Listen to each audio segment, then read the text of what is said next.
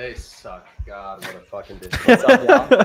What's up? I'm not gonna lie. After they blew out whoever they blew out in the first round, I went back in and changed the bracket and had him and put him into the Sweet 16. I did too. I'm not gonna hold you. I had him winning one. I low-key influenced G-Body with that. What's up, guys? Happy Monday, y'all. Happy Monday. What's up? You know, we See you guys. The hometown crew took a very disappointing defeat yesterday evening or yesterday morning. Game, it was very disappointing, but we bounced back.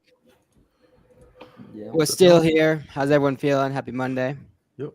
Yeah, we're live every Monday, 5 p.m. Eastern with the four of us. So let us know what questions we can answer for you guys. A couple of y'all were dropping some before we even got going, so we can get rolling here. What's up, Charles? And everyone put your championship picks in the chat. Who you got winning? Florida's still alive. Florida's still alive, bro. It was a little sus yesterday, but Miles was hating on me with the Dookie pick, but they're gonna take it. I'm in the 99th percentile right now of the America here. UMD, that's a crazy thing. That is crazy. Dane, so he said wholesale is really the only way to safely do Amazon, right? So no, Dane, I don't think so. Honestly, if you do arbitrage is safer than wholesale in a lot of cases, right? Because if you're buying from sketchy wholesale suppliers or ones that are smaller, if they don't have a website or if their invoices suck, then arbitrage is way safer. Heck is that noise? Yeah, what is that noise? It's definitely Miles. It's definitely a Miles in. Yep. Yeah. It's like laundry or something. You got laundry going? He's doing laundry every it's laundry, isn't it? At this time. Is it back? Yeah. It's back now. Get him out of here. He's got gravel in the dryer in the background. Yeah, I was gonna say wholesale. I would say is more risky than OA, especially. Because how reliable is buying from a Walmart or Dick's Sporting Goods and Nike? You can't get any more authentic and reliable than buying from some of the biggest companies in the world. Yeah, unless you're buying straight from the brand, in which case it's the same as OA in my opinion. Like there's no difference. 100%. Yeah. It's the wholesalers that you buy from, even if they're legit, and then they don't want to give you their documents if Amazon asks, and Amazon's never seen that wholesaler before, you can end up in an interesting spot. And that's something you definitely got to look out for if you start working with a distributor, right? And even if the distributor is legit and you ask them up front, you say, well, hey, if I run into any issues with Amazon, are you willing to give me your supplier's invoice or the brand's invoice? And they're like, oh yeah, we'll do that. No problem. And then 6 months down the line, you need that, and then they don't give it to you. I've seen that happen before, and that it's unfortunate, but some distributors will lie to your face just to get your business. And so you really got to be choosy if you're buying from distributors, which distributors you buy from. Have you had them sign anything or anything like that? Have you heard of people doing that? No, you mean sign something saying like I will. It says like if we need it, if we provide this, like we need to back up. Yeah, the sales rep's a scumbag if they don't do that though. Yeah, okay. But I have had like very large distributors say like, well, no, I will never give you paperwork, but you can add me as a secondary user to your Seller Central, and I will go in and upload my supplier's invoice. Ooh, yeah, that's smart. Yeah. So that way, I don't see it, but they're obviously protecting us because of that. And it makes sense that they would not want to give you that. Like they work hard for that. I've had some say like, I will give it to you, but I will make you sign an NDA, in which case I'm like, that's sure. What that's also still very fair. Yeah. Yeah. Very valid. Yeah. All right, here we go. Good one from Priscilla here on OA sourcing. Can someone explain a PL problem? Seems like I get a bunch of good finds, but there's always possible PL problems. So that actually means you're finding very good low competition leads, and that every single item that has what is it, Warner, below 3 sellers consistently? I think it's two average or less. Yeah. Regardless, on Selling Up automatically shows suspected private label, right? Doesn't mean it's private label. So Priscilla, that actually means you're finding excellent low competition leads, and it's on you to just make sure that there actually are resellers on those and it's not just dominated by the brand. Yeah. Are there prep centers that can handle less than 300 units per month? I'm doing about 200 OA and about 200 plus RA. So yeah, there are definitely prep centers that will take you. Some prep centers don't have any sort of volume requirement. Just know that the less volume you're doing, the more you're going to pay per unit.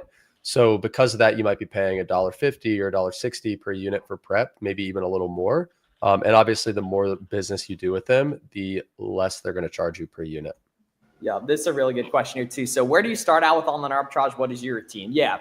So don't start out doing manual sourcing, like going to websites and seeing what they got. Start out just going through Warner and I's online arbitrage tutorials. The one I posted yesterday is really good on some advanced product sourcing stuff. and just take a look at the winning products you see in those listings and then storefront stock from there. That's going to quickly introduce you to what a good OA product looks like. And storefront stock in there, you'll find a lot of other ones nice and easy too that are also well ranked, selling well, some even good from the same discounts and the same websites. Yeah. Look up the auto-ungated sourcing too, Jonathan. I assume you're newer to the game. There's a bunch of auto-ungate brands you can start ripping through as well.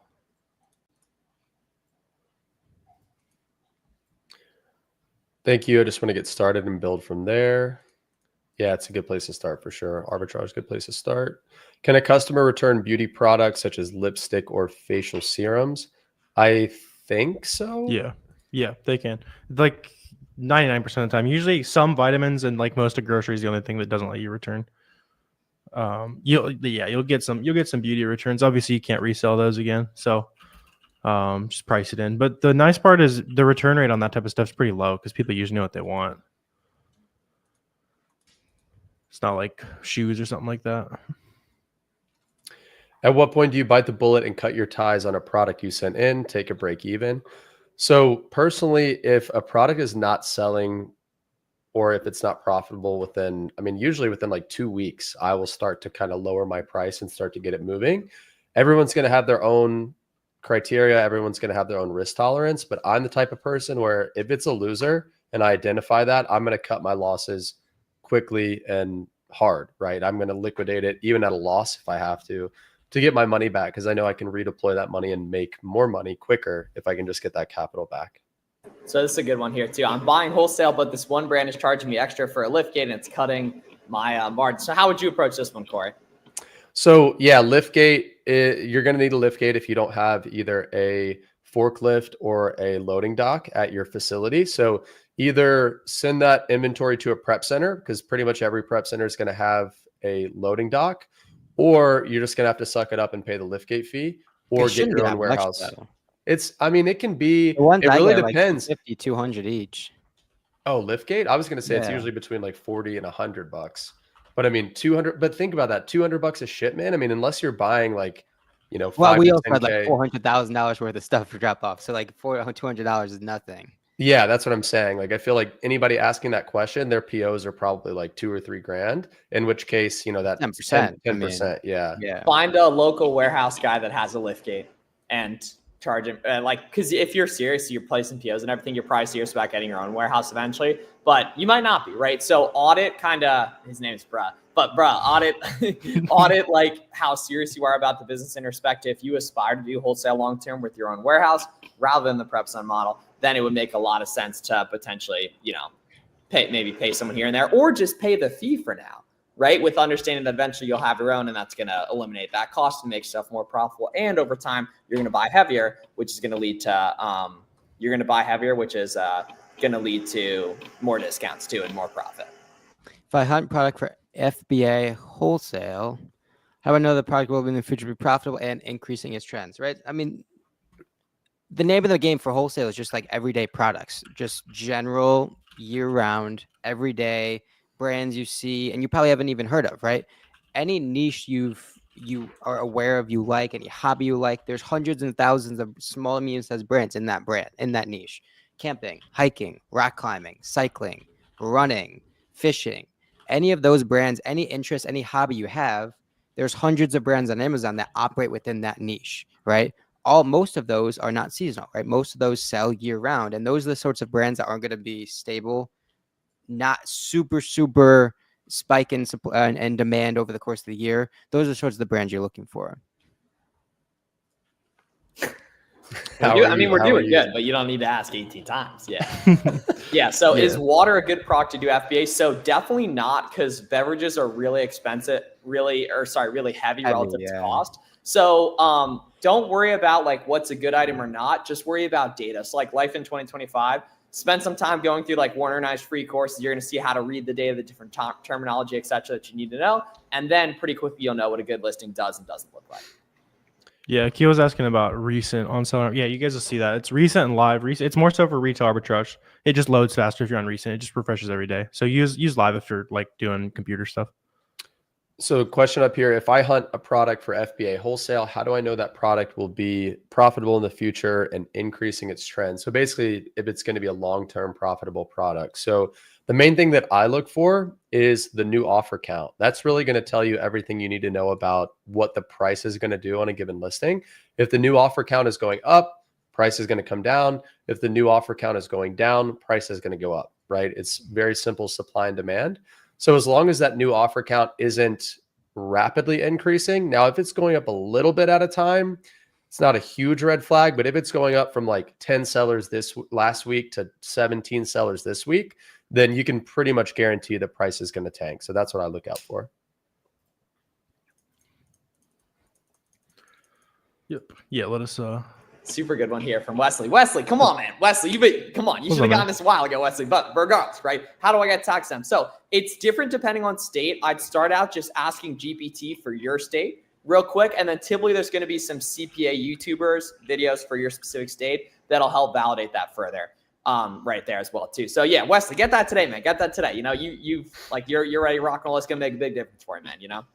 Yeah, gamers asking about Canadian markets. So none of us have sold in Canada beyond like the remote fulfillment stuff. But a lot of Canadian sellers, you're kind of on hard mode because there's just like 10 times less people basically up there. So you can get started in Canada, but FBM isn't super viable just because the shipping distances get crazy.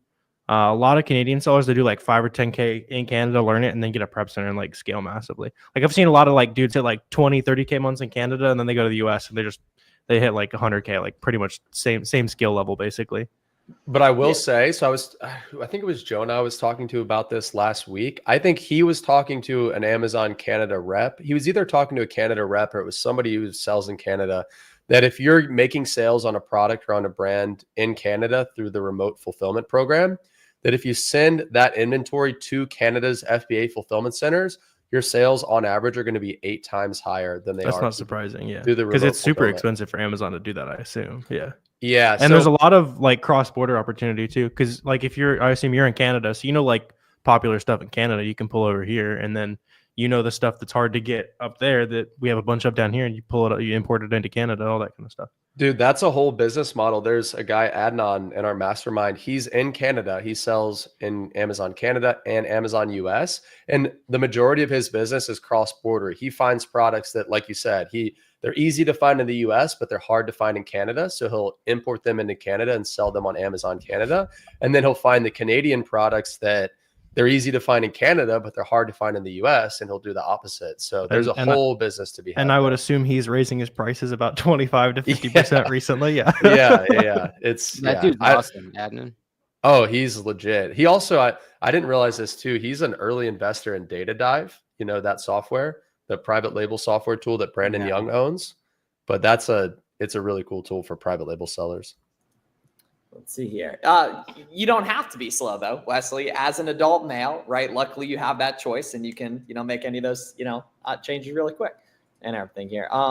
With them, if an item's private label, it'll be one seller on it the whole time. You won't be able to list it, and the seller's name will be consistent with the brand. And typically, there will only have been that one seller on it, and that seller's whole storefront will be that brands or like obvious similar adjacent brands that are also have the same characteristics here.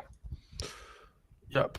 What type of spend / mindset do you have to make 100K a month revenue? Yeah, like that. So it is definitely like 2-pronged. So as far as spend, it's when you can spend like 60K a month or so, because you're not gonna sell everything that you buy right away, but you're gonna sell probably 50K of it in the next month or two, and that's going to turn into 100K revenue months. The big thing as far as like mental is just, I assume if you're asking that, you've gotten to the point where you're doing 10 or 20 already. So now it's just like, of the products you're buying, how often are you being like, all right, man, the only thing I did wrong here is I should have bought more. And if you're at that point where it's like, I should have bought more, then just literally add a 0 to some of your next purchases and that kind of stuff. Like that's really what it takes. It's buying 1 or 2 months at a time rather than like, let me see how fast it sells. Oh, it sold really well. Oh, but my source price is gone and the sale's not going to be back for 8 weeks. All right, well, now I'm growing a little bit slower. And to reiterate that, so Trey, my cost of goods as a percentage of my revenue is usually right around 55%. So just like Warner said, if you want to do 100K a month in revenue, your buy cost on that 100K is going to be about 55K. right? So if you can consistently spend about 55K per month on inventory, then, you know, after a month or two of that snowballing, you're going to pretty consistently sell about 100K a month. What should you do if you keep getting denied with your retail receipts or order confirmations? So just keep resubmitting, right? That's pretty much always going to be the answer. Change something about your submission a little bit each time. So one thing you can do is you can rename the file, the actual PDF file, to just ASIN invoice, right? So just use the ASIN that you're trying to ungate and then the word invoice. You can go in and circle the product on the invoice with like Photoshop or something. You can circle your company information. Just try to make it brain dead simple for Amazon's employees to see that and know exactly what the invoice is for, or the receipt is for. What is the strategy for buying inventory and being able to pay it off on your credit card? I mean, so we're not advising anyone to rack up a whole bunch of debt, right? Ideally, you hedge your bet, right? You spend only what you have in liquid cash, especially early on, to validate the processes, validate the business model, validate that you are capable of buying accurate inventory, profitable inventory, and then you iterate, right? And then you get creative with how to really extend your capital, stretch out your buying power to get more products. But early on, hedge your bet. FBM, right? Spread out your risk across 10, 15, 20 different ASINs, buy a couple of a bunch of different stuff, and validate what works, and then restock, and then repurchase it, right? And then get deeper with specific products as they validate themselves, right? As they prove to be profitable, as they prove to sell, right? Let the data, let the market dictate what you buy and how deep to go. But early on, man, you should just be testing a bunch of stuff, a couple of units, a bunch of different SKUs, and then you'll get better with sourcing, and you get better with just finding products, and you meet people, which again creates a lot of efficiencies within your business. But just you should be in the testing period for the first couple of months. Yeah, the biggest thing when you're a newer seller is starting to build, you know, those relationships with other sellers, getting active on social, Discord, or Facebook groups, wherever you like to hang out and consume content. And that's going to make a big, big difference, because we literally, Warner, Garrett, and I met back in the day. We met Corey a couple of years later, and that made a huge difference working together to solve these problems. As a beginner, FBM stuff that you can see other folks FBMing, right? And then primarily FBA for the rest of it. Right there. Corey, where should we go to find a wholesale 3PL? Yeah, so you don't necessarily need to find one near where you live. So what I typically tell people is don't worry about getting a 3PL first. Find a profitable supplier first, and then find a 3PL near that supplier. So if you live in Miami, I mean, there's probably 150 3PLs in Miami, especially. It might be the most per capita. Yeah, there might be more 3PLs in Miami. Yeah, probably the only other place with more 3PLs. Somewhere in California could have them beat, I would assume. Yeah, or I was going to say like New York. But in general, yeah, don't worry about the 3PL. Find a good supplier first. And then if you need to if that supplier needs like a shipping address from you in order to open your account, then what I usually do is just give them like my home address first. And then once I find a good prep center, assuming I can find a profitable product from that supplier, is I just let the supplier know, hey, we're going to send this to a different address, and here's the address of that warehouse. Yep. No, it would not, Erica. You want to use Boxem for analytics anyway. Yeah, so seller up for sourcing, and then send all that info to Boxem. Did you come out with analytics yet for Boxem, or is it TBD? Beta. Anyone who wants it, you can get the invite. It'll be public pretty quick here. Oh, that's so awesome. Yeah. We're excited. We got some very fun stuff. We had a kind of a meeting today. Some crazy stuff on the way for you guys. Can't say too much yet. Wi-Fi has been in the lab. Absolutely. Can you ungate a brand name product with a retail receipt? Not like a in-store retail receipt. Anything that has your address on it, though. Yeah. So if you're talking like a Target.com invoice that gets emailed to you, then yeah, you're good to go. If you're worried about like authenticity for like actual, if you're doing RA, then just take a picture of your product next to the receipt. That way you got physical proof that you actually bought it in store. We did this FBM in Canada one for you from a You got it. It's weird. So every Canadian or a lot of Canadian sellers talk about shipping being so expensive, but like how does like the economy work if it's so expensive to ship little? You know what I mean? Well, now partially it doesn't, right? But yeah, I'm not actually sure with that, Akil, but that's why a lot of times you hear about people in Canada doing all FBM. So now you can't just, and I'm not saying you're doing this, but you can also gauge it off of one order, right? Like if primarily, you know, each one's 10 and occasionally there's one at 35, it might be just that Amazon's timing of stuff wants you to ship it earlier right there, which will occasionally happen. And you can buy shipping elsewhere, and then just have it deliver a little bit late. That tends to be not a problem as long as you're selling a decent amount. Right there. If I have 100K of capital, should I use debt? You have so much less reason to when you have what's the point? Yeah, but that's probably about 10 times what all of us started with. yeah. So to actually more like 20 or 30, at least, right? But, right.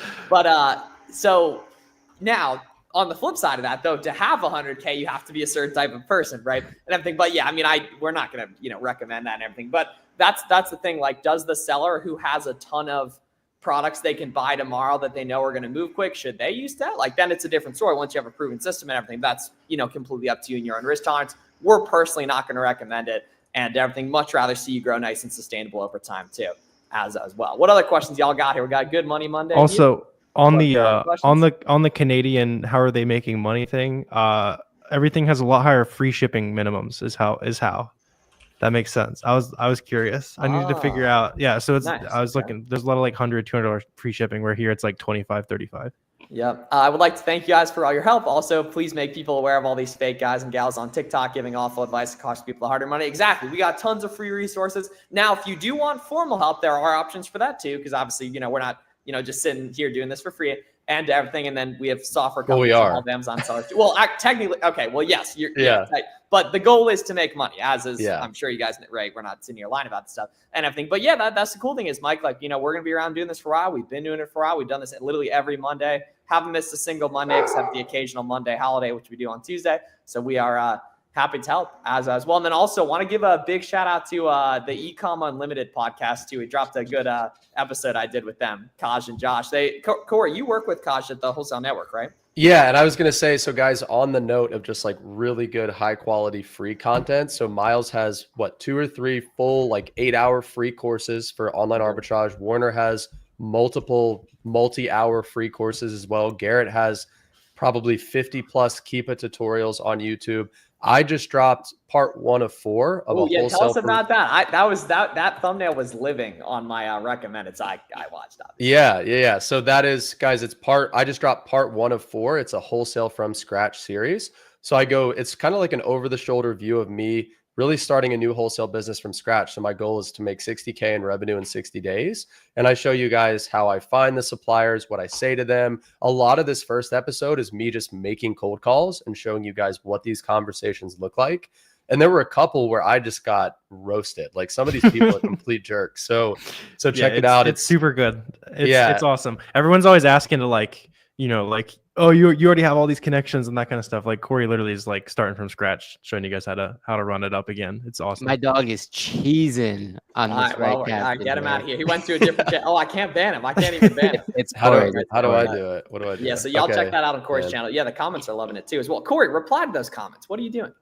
Reply to those comments. I'm going to. Don't worry. Yeah. The chat. Yeah, see, there's a reason the light just went to red right there too. As a lesson. Yeah, it was the sun. Well. That was the sun. Do customers need to submit order replacements, or I need to reprint the original shipping label? That's a rare one of those questions. Do they like that? That's when they return an item and request a replacement for it, right? Order replacement is automatically sent. Now. Yeah, it's automatically sent to the customer, and then they have to take it to UPS or print the label or whatever. If they don't, then they get charged for both. Oh, they lit. All right, you learn something new every day. What is the best way to source products unequivocally when you are a newer seller? Storefront stalking, because every listing's already proven. You already know it sells well on Amazon, and you already know it's from someone with a similar business model to you. If you start out storefront stalking from, one of the winning proxies you see in any of our videos here, right? It's like the video I posted yesterday, 12 hacks that made me a 7-figure Amazon seller in less than a year. There's a bunch of examples of good products. You can start out there, storefront stalking, and you'll pretty quickly find other listings that also sell quick, and then use those same discounts and just the discount frameworks as a whole to create the profit margins on those. That's going to be the name of the game there. I love how one of the comments on my video said, "Love your content, Corey, and the fact that you don't use F-bombs." When literally the very first call, I was like, this guy's an effing idiot. I'm like, I must have just not watched the video, but I appreciate the comment. Little Chad subtweet there. Nothing wrong with a nice comment. I'm all for it. I love it. No, for sure. Best way to source. Did we already touch on that? Storefront stalking, baby. Storefront stalking. Yeah, United said he's working 10 hours a day in his job. How much do you need to put in to get some suppliers on the board? Trying to do it part-time. As much as you can, man. Yeah, we all have like lots of friends that are doing full-time job. They got kids, that kind of thing, and they're still making good money. Like Paulo and Nick both have. I guess Nick finally ditched it, but a couple great sellers that have scaled with a full-time job, man. So whatever you can afford to spend. The hard part for you saying you're trying to get suppliers and stuff. Well, number one, like you probably want to dig into some arbitrage first, because you can scale and like learn the basics that way. But otherwise, you're gonna probably run into some roadblocks if you're working during all their business hours. But Corey probably have something going on. Call on lunch, call right before they're open, that kind of thing. In the same token, though, kind of a shameless plug, right? I mean, that's the value of a community like Corey's, right? Corey vets everyone that puts products into his Discord. They're suppliers. They have direct relationships with brands. I mean, Corey, you can give your own spiel, but I mean, that could be an option for you as well. Yeah, for sure. I mean, not to beat a dead horse, but I mean, you just want to make sure that you're vetting anybody that you're buying from or buying through, right? Making sure if you're buying from a distributor, just making sure they're buying directly from the brand. And to take it a step further, if they are buying directly from the brand, making sure that they're willing to give you the paper trail back to the brand in case you need it, right? Kind of like we talked about earlier. So, and Garrett, I mean, is our biggest supplier to our mastermind community. I mean, he's single-handedly sold probably what, 2-ish million to our community just in the last, not even 12 months, probably 9 to 10 months. And, everything that he's getting, we have documentation back to the brand. So that's an option for you there. If you're doing over $1 million per year in sales and you want to join a really good community where you have opportunities like that, then feel free to DM me on Instagram and we can talk to you about it. If you want to become an affiliate for SellerAmp or Boxem, just Google SellerAmp affiliate, be the first link, Boxem affiliate right there too. And we'll get you set up with that right there. So yeah, I mean, it kind of depends. Like if it's a bundle, right? If it's a non-UPC match, right? There's going to be less competition. Obviously, if you need to sell really quick and it just got there, right? That is going to lead to more competition typically. But like, that's why like RA stuff is more prone to tank. Meanwhile, OA stuff that's protected behind different discounts is a lot less likely to tank, right? Like Walmart leads. Walmart has some huge whale sellers that buy mainly from Walmart, right? And nothing will look good if you're not using your reseller certificate to discounted gift cards. But if you are, stuff will be a lot better. And that's hidden behind that discount barrier, which is luckily really easy to use and go ahead and implement that. You just have to be confident with it and kind of know how it works. Yes, speed to market's also a lot more important with retail arbitrage. So you're doing a lot more FBM, hitting the stores often, so that even when there's a bunch of products that do hit the shelves across the country, you're one of the first people to buy it and sell out before other people are. One of the biggest things that'll open your eyes to the potential of Amazon is when you're in the store, you list something, and it tells within the time that you're in that store, driving home or that same day. That's when it's kind of like, oh shoot, like I have access to a ton of people, and there's a lot of products that are selling on Amazon, right? Because then you iterate, right? What else does Nike Outlet have? What else does Marshalls? What Burlington Coat Factory, Coach Outlet? All those sorts of stores have so many products on Amazon. And not all of them are dominated by big whale sellers or dominated by FBA, dominated by all these sorts of things that are unattainable for someone like you that's trying to mitigate risk, FBM, and operate really, really quickly to market. Yeah, so let's talk about it. So AA right here is in a similar position as some other new sellers, right? Thanks, Field to Profit. I watch your videos, but still no luck finding good products, right? So what really that comes down to typically AA is it's not that you haven't found the right items yet. You're actually finding stuff that sells quick all the time. Most likely, if you're doing a good amount of storefront stalking, you're just not using the right discounts for those products. So for example, what you could do is take a couple hours, go through the sourcing sections and the winning products example sections of my free course. And each time you see a discount used for a product, write it down. It's like Walmart, Gap, Nautica, JCPenney. Yeah, hey, I dropped a link a couple minutes up. It's all 12 of those things. So just download that. And that's all the like discount methods that you're going to want to dive into basically. And in the videos, you watch Warner's too, you'll see the exact examples used for a specific website. And if you just write those down and you go ahead and implement that, you storefront stock those listings, the exact ones we found, and you're going to find other listings from those brands and they will be profitable. You're probably finding all the correct items. You're just not making the numbers work on them. And luckily that's something you can totally, do right here, right?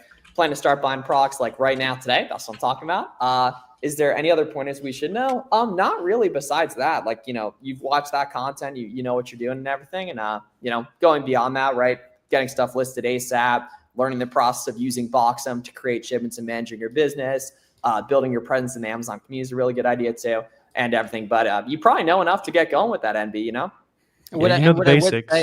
the area that a lot of newer sellers lack in is just like the documentation, like within, like internal documentation, right? Any product you buy, I would start a sheet and legitimately screenshot the keep it chart at the time of purchase so you can go back and learn, right? Because ultimately what's going to happen is you're going to buy a bunch of stuff. Some of it's going to do really well, some of it not so much. But over the course of the next 2 weeks, you're not really going to remember the scenario of the time of purchase. You're not going to remember what you were thinking, why you bought it, how many you bought, those sorts of things.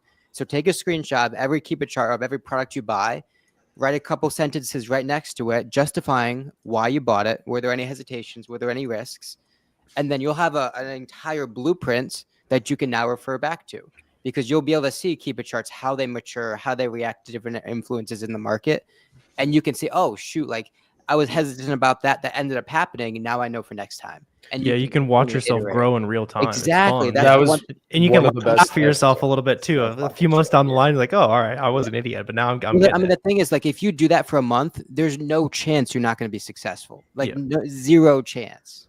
That was one of the best tips, Garrett, I think I've ever gotten from you is, and to take it even a step further, is like record a quick video, a Loom video of you analyzing a Keepa of a product right before you buy it. Videos. Yeah. Do a quick Loom video of you just talking out loud right before you buy the product. And then maybe a week after you started selling the product, do another quick video breaking down, okay, this is how it's gone so far. Maybe this is what I missed. This is what I got right.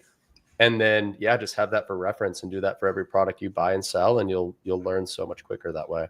Boom. Using the free auto and gate list, I have a bunch in my store. Can I go and sell these now? You'll want to have them purchased at a profitable price, but those brands you can go ahead and source. So technically you could sell them now, but you obviously don't have them on hand right there too. So appreciate you guys tapping in for another edition of Money Monday here. Make sure you follow all these guys on social media and other Amazon sellers too. That's going to passively introduce you to a bunch of free game here as well. When are we getting Warner as a host on the podcast? We might not have done an episode in 2 years with Warner, so we should do that soon too as well. So y'all be great. Hope you guys have a great day. Thanks a lot for tuning in. Excited to keep helping you guys start or grow your Amazon businesses right there. Y'all be great. See you guys. Be back next Monday. Be great. It's a good idea.